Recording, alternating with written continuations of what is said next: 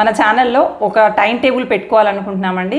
Monday రోజు ఒక కథ కానీ కథానిక కానీ చెప్పాలని, అలాగే ట్యూస్డే రోజు ఆరోగ్య సూత్రాలు చెప్పాలని, ఏదైతే వెనస్డే రోజు ఉంటుందో ఆ రోజు సమాజంలో జరిగేటువంటి విషయాలను తీసుకొని మంచిని తెలియజెప్పాలని, గురువారం రోజు ఆర్థిక వ్యవహారాలకు సంబంధించినటువంటి సలహాలు విషయాల గురించి, శుక్రవారం రోజు ఆధ్యాత్మికమైనటువంటి విషయాలను గురించి, శనివారం రోజు ఒక మంచి సినిమాని ఒక కథతో పాటుగా చెప్పాలని, ఆదివారం రోజు వీలైతే బ్లాగ్ రూపంలో ఒక పుస్తక రూపంలో మిమ్మల్ని ఎంటర్టైన్ చేయాలని చెప్పి ఈ విధంగా టైం టేబుల్ అయితే అనుకుంటున్నాను. ఈ టైం టేబుల్ ఎంతమందికి నచ్చిందో నాకు ఒక లైక్ ద్వారా కానీ కామెంట్ ద్వారా కానీ తెలియజేస్తారని ఆశిస్తున్నాను.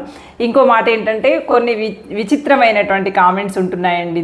దయచేసి నేను మిమ్మల్ని రిక్వెస్ట్ చేసేది ఏంటంటే, ఉన్నటువంటి నాలెడ్జ్ను ఉపయోగించుకోవటం కోసం యూట్యూబ్ అనేది ఒక వేదిక. వాళ్ళని నిరుత్సాహపరుస్తూ మీకు వీలైతే మంచి కామెంట్ ఇవ్వండి, మీకు నచ్చకపోతే వదిలేయండి, లేదంటే డిస్లైక్ కొట్టండి. కానీ పిచ్చి పిచ్చిగా కామెంట్స్ రాస్తూ వాళ్ళని ఇబ్బంది పెట్టకండి. కనీసం మోరల్ వాల్యూతో ప్రవర్తిద్దాం. చూసిన ఉమెన్ కల్లా మీరు లవ్ యూలు పిచ్చి పిచ్చిగా పెడితే ఎంత ఘోరంగా ఉంటుంది చెప్పండి. ఈ వయసులో ఏంటండి మీకు ఇంకా మానసికంగా పరివర్తన జరగలేదా? నాకు అర్థం కాదు. ఈ వయసులో కూడా పిచ్చి పిచ్చిగా ఆలోచించడం సరైనటువంటి పద్ధతి కాదు కదా. ఉన్నతంగా గొప్పగా అక్కా చెల్లెళ్ళలాగా అన్నా తమ్ముళ్ళలాగా తల్లి బిడ్డలాగా ఆలోచించుకుంటూ మన ఛానల్ ద్వారా ఉండేటువంటి ప్రతి ఒక్కరికి కూడా మంచి హృదయం ఉండాలి, మంచి ఆలోచన విధానం ఉండాలి తప్ప పిచ్చి పిచ్చి ఆలోచనలకి వెళ్ళకూడదండి. నేనైతే అవి ఏమాత్రం కూడా పట్టించుకోను. సో అలాంటి కామెంట్స్ పెట్టడానికి ఏమాత్రం కూడా ట్రై చేయకండి. ఎందుకంటే నా లైఫ్ నేను చాలా సంతృప్తిగా ఉన్నాను. అలాంటి వాటి కోసం వెంపర్లాడే పరిస్థితిలో నేను లేను. చాలా సంతృప్తికరమైనటువంటి జీవితం, చాలా ప్రశాంతమైనటువంటి జీవితం కొనసాగిస్తున్నాను. దాంతో పాటుగా నాకు తెలిసినటువంటి 4 విషయాలను ఈ యూట్యూబ్ వేదిక ద్వారా మీ ముందుకు తీసుకురావాలనుకుంటున్నాను తప్ప అనవసరమైనటువంటి వ్యవహారాలలో తలదూర్చి నా సమయాన్ని వృధా చేసుకోవాలని మాత్రం నేను అనుకోవట్లేదు. సోదరి భావనతో చెప్తున్నాను, దయచేసి అలాంటి కామెంట్స్ పెట్టకండి. దానివల్ల మీ విలువే తగ్గిపోతుంది. మిమ్మల్ని చాలా చులకనగా చూసేటువంటి అవకాశం ఉంటుంది. ఎందుకండి విలువ తగ్గించుకుంటారు? ఓకే, వీడియోలోకి వెళ్ళిపోదాం. నా వీడియోస్ ద్వారా, నా ఛానల్ ద్వారా మంచి కంటెంట్ను మాత్రమే మీకు తెలియజేయాలనుకుంటాను. మీ సమయాన్ని వృధా చేయాలని నేను ఎప్పుడూ అనుకోనండి. కొన్ని ఆరోగ్య చిట్కాలని ఈరోజు చూద్దాం. నెంబర్ 1, మీకు ఎప్పుడైనా బయటికి వెళ్ళొచ్చినప్పుడు అనీజీగా అనిపించడం కానివ్వండి, ఏదైనా నెగిటివ్ బ్యాలెన్స్ ఉన్నట్టుగా అనిపిస్తుంది. ఒక్కొక్కసారి ఏం చేయకపోయినా ఒళ్ళంతా బరువుగా, నొప్పులు ఉన్నట్టుగా, ఏదోలాగా అనిపిస్తూ ఉంటుంది. వామిటింగ్ సెన్సేషన్, తల తిప్పుతున్నట్టుగా. ఇలాంటి సందర్భాలలో మీరు నెగిటివ్ ఎనర్జీని ఎక్కువగా, అందుకని స్నానం చేసేటువంటి నీళ్ళలో కాస్త గల్లుప్పు వేసుకొని స్నానం చేయండి. దానివల్ల బాడీలో డిహైడ్రేషన్ ఏదైతే జరుగుతుందో అది మళ్ళీ తగ్గి నార్మల్ కండిషన్కి వస్తారు. అలాగే మళ్ళీ పాజిటివ్ ఎనర్జీతో ముందడుగు వేస్తారు. ఇది నేను సంవత్సరాల తరబడిగా నేను పాటిస్తున్నటువంటి టిప్ అండి. మీకు పనికి వస్తుంది అనేటువంటి ఉద్దేశంతో చెప్తున్నాను. సైన్స్ పరంగా కూడా రుజువైనటువంటిది. నా సొంత కవిత్వం అసలే కాదు, పూర్వం రోజుల్లో నుంచే ఇది పాటిస్తున్నటువంటి పద్ధతి. ఇంకా రెండవ టిప్కి వచ్చినట్టయితే, ఏవేవో ఆలోచనలతో సంతోషమైన నిద్ర పట్టదు, బాధ అయినా నిద్ర పట్టదు. అలాగే బాడీలో విటమిన్స్ మినరల్స్ తగ్గినా కూడా నిద్ర పట్టదండి. సరే, విటమిన్స్ మినరల్స్ అనేది తర్వాత విషయానికి వెళ్దాము. అది పెద్ద టాపిక్ కాబట్టి మనం చిట్కా రూపంలో చెప్పుకోలేము దాన్ని. కానీ నేను చెప్పేది చిట్కా కాబట్టి, మీకు నిద్ర పట్టకుండా ఇబ్బంది పడుతున్నట్లయితే, మనకి ఎక్కువగా బాడీలో యాక్టివేషన్ జరగాల్సినటువంటి నర్వ్స్ అన్నీ కూడా ఈ చేతుల్లో, అరికాలల్లో ఉంటాయన్నమాట. పాదాలలో, అరికాలల్లో ఉంటాయన్నమాట.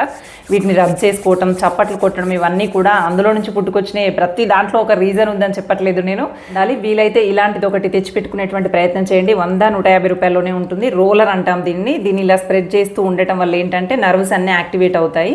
ఇదేమో శారీరకంగా ఆరోగ్యంగా ఉంచడానికి ట్రై చేస్తే, సేమ్ ఇదే విధంగా పాదాల్లో కూడా, కాళ్ళు ఉంటాయి కదా, కాళ్ళపైన కూడా దీంతోనే ఇలాగే స్ప్రెడ్ చేస్తూ రుద్దటము.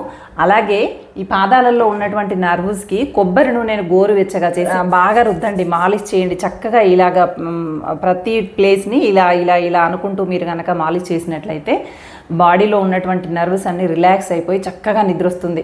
దయచేసి ఇక్కడ ఒకటి గుర్తుపెట్టుకోండి, కొబ్బరి నూనె పెట్టుకున్న తర్వాత నడవవాకండి, జారి కింద పడతారు. సాక్స్లు వేసుకోండి, లేదు అంటే దిండ్లు కాళ్ళ దగ్గర పెట్టుకొని, మెత్తలు అంటాం మన తెలంగాణలో, అవి కాళ్ళ దగ్గర పెట్టుకొని వాటిపైన కాళ్ళు ఇలాగా పెట్టేసి చక్కగా రెస్ట్ తీసుకోండి, చక్కగా నిద్రపోండి. అంతే తప్ప లేసి గబక్కున నడవబోయారనుకోండి కింద పడతారు. వీలైతే అక్కడ చెప్పులు పెట్టుకోండి, చెప్పులు వేసుకొని వెళ్ళడానికి ట్రై చేయండి. అన్నిటికీ మందులు మింగడమే కాదండి, చిన్న చిన్న చిట్కాల ద్వారా ఆరోగ్యాన్ని కాపాడుకోవాలి మనము. ఇక 3వ టిప్పు విషయానికి వచ్చినట్లయితే, సేమ్ ఇలాగే గోరువెచ్చని కొబ్బరి నూనెని మనకి తలకి మర్దన చేసుకోవటం అన్నమాట. ఈ వేళ్ళ ద్వారా ఈ విధంగా మర్దన చేసుకుంటూ ఉండాలి. దానివల్ల తలనొప్పి, మైగ్రెయిన్, సైనస్ లాంటి ప్రాబ్లమ్స్ కూడా కొంచెం రిలాక్స్ అయ్యేటువంటి అవకాశం ఉంటుంది. గోరువెచ్చని కొబ్బరి నూనెతో తలకి ఈ చుట్టుపక్కల ఉన్నటువంటి ప్రాంతాన్ని అంతా కూడా ఇట్లా నెమ్మదిగా మాలిష్ చేస్తూ ఉండాలన్నమాట. ఈ మాడ పైన ఖచ్చితంగా కొబ్బరి నూనె వేసుకోవాలండి. చేసుకోవాలండి. మాడ అనేది చాలా ఇంపార్టెంట్ అనమాట. వీలైతే ఆముదంతో చేసుకోండి, నేనైతే ఆముదం యూజ్ చేస్తాను. వీలైతే మీరు కూడా ఆముదాన్ని యూజ్ చేయడానికి ప్రయత్నం చేయండి. అంటే ఆడవాళ్ళ కోసం స్పెషల్గా ఈ టిప్ బాగా పనికొస్తుంది, మగవాళ్ళకి కూడా పనికొస్తుంది. కానీ మగవాళ్ళు పరిగడుపునే పసుపు ముద్ద ఎప్పుడైనా మింగవచ్చు, కానీ ఆడవాళ్ళు మాత్రం పరిగడుపున మింగటంతో పాటుగా ఎప్పుడైతే పీరియడ్స్ టైం ఉంటుందో, మెన్స్ట్రువల్ సర్కిల్ ఉంటుందో ఆ టైంలో ఖచ్చితంగా మీరు పసుపు ముద్దని మింగాలండి. అంటే మనకి 4th డే 5th డే ఆ టైం ఉంటుంది కదా, ఆ 2 డేస్ పసుపు ముద్దని ఖచ్చితంగా మింగాలండి. దానివల్ల ఏంటి అంటే యుట్రస్ ఆరోగ్యంగా ఉంటుంది. ఇది నా సొంత విషయం అసలు కాదు, పూర్వం రోజుల్లో నుంచి వస్తున్నటువంటి పద్ధతే. అలాగే మనం స్నానం చేసేటువంటి నీళ్ళలో కాస్త పసుపు, చిటికెడు పసుపు, కాస్త ఉప్పు వేసుకొని కూడా స్నానం చేయమని చెప్తారు. ఇదంతా సైన్స్ అండి, మనల్ని రక్షించడం కోసం. మన బాడీలో మెన్స్ట్రువల్ టైంలో బ్యాడ్ హార్మోన్స్ అన్నీ రిలీజ్ అవుతూ ఉంటాయి కాబట్టి వాటి నుంచి మనం మళ్ళీ శుద్ధి జరగాలి అంటే ఈ పసుపు నీటి స్నానం చేయమని చెప్పారు. ఎంత చక్కని జీవన విధానమో కదా. నాకైతే కొన్ని తెలుసుకున్నప్పుడు ఆశ్చర్యంగా అనిపిస్తుంది అనమాట. అవన్నీ మీకు తెలియజేయాలనిపించే ఈ ఛానల్ ద్వారా బయటికి వచ్చాను. అంటే యుట్రస్ క్యాన్సర్స్ అట్లాంటివి తగ్గడమే కాకుండా చాలా ఆరోగ్యంగా కూడా ఉంటామన్నమాట. ఇది కూడా నేను పాటిస్తున్నటువంటి టిప్పుల్లో ఒకటే. నేను చెప్పేటువంటివి అన్నీ కూడా నేను పాటిస్తున్నవే మీకు చెప్తున్నానండి. ఇంకొకటి ఏంటంటే కాన్స్టిపేషన్తో ఇబ్బంది పడుతూ ఉంటారు కొన్నిసార్లు. అంటే మోషన్ ఫ్రీగా రాక, మలబద్ధకం అంటాం కదా, దాంతో పిల్లలు, పెద్దలు, ముసలి వాళ్ళు అందరూ ఇబ్బంది పడుతూ ఉంటారనమాట. అలాంటప్పుడు మీరు ఈ చిట్కా ప్రయత్నం చేసిన తర్వాత కూడా ఫలించినప్పుడు టాబ్లెట్స్కి వెళ్ళండి. ఏంటంటే ఆముదాన్ని గోరువెచ్చగా చేసి బొడ్డులో వేయండి. పిల్లలకు కానీ పెద్దవాళ్ళకి కానీ, మనలాంటి వాళ్ళు కూడా వేసుకోవచ్చండి, తప్పు లేదు. కాన్స్టిపేషన్ లేకపోయినా వేసుకోవచ్చు. ఏదైతే గట్టు ఉంటుందో, జీర్ణాశయం ఉంటుందో అది క్లీన్గా ఉండటం కోసం కాన్స్టిపేషన్ లేకపోయినా వేసుకొని క్లీన్ చేసుకోవాలండి. అప్పుడప్పుడు బొడ్డులో ఒక 3-4 డ్రాప్స్ వరకు ఆముదాన్ని వేసి మనం అలాగే ఉన్నట్లయితే అది మొక్కలకి అబ్జర్వ్ చేసుకుంటుంది అనమాట. దాంతో జీర్ణాశయం కూడా ఆరోగ్యంగా తయారవుతుంది. ఇంకా కాన్స్టిపేషన్ ఉన్న వాళ్ళకైతే మోషన్ ఫ్రీ అవుతుంది. పొట్టపైన కూడా ఆ గోరువెచ్చని ఆముదాన్ని కాస్త ఇలా రుద్దుతూ ఉండండి. దానివల్ల వాళ్ళకి మోషన్ ఫ్రీ అవుతుంది, ఆరోగ్యంగా ఉంటారు.